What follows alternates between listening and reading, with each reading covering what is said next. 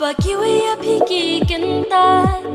tu what's no deal lam ne what's no time la da pikwa chingin ba shisha tu watch ya blei pensa shamyaka haba pipa klaga shisi tu pershang ne wanom ken randi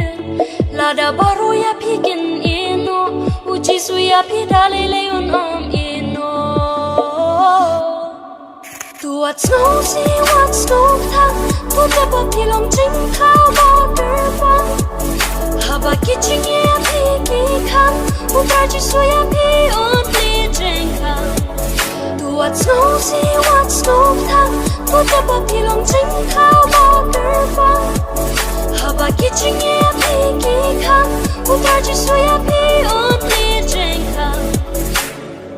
buồn áp đinh trong phi bà đúc bắc cır đủ shisha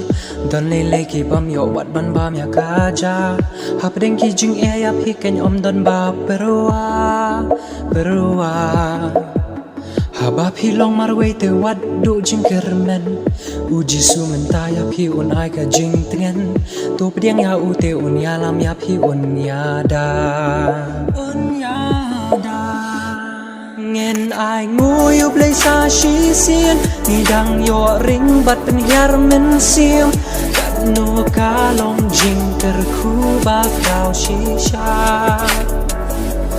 tu ngin ya sung no bat u men ta ngin yo dek sut chaka hima tu ngin kala ba mut ngin yo jing suk ba shisha. I ain't focused on no headlines, no pressure, cause ain't no weapon formed against me. And I don't wanna be possessive, I pray you keep on leading in your way. Thank you Lord for leading me. Yeah, no, we just wanna be where you're at, even if that means we will be last. Cause I know it's all temporary, you know we need you now. I won't be scared to cry out, so when I feel there's no way out, Jesus, you are my safe house.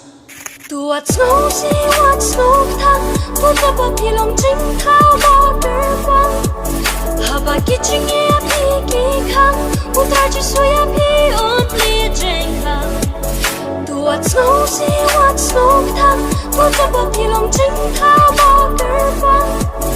haba kiching ya piki khang utarji su ya pi only jeng khang ngin ai ngui u blei shashi xiên ni dang yo ring bat pen hiar men xiêm kat nu ka long jing ter khu ba cao shisha tu ngin ya sung no bat u men ta ngin yo dek sut chaka hima tu ngin kala ba mut ngin yo jing suk ba shisha.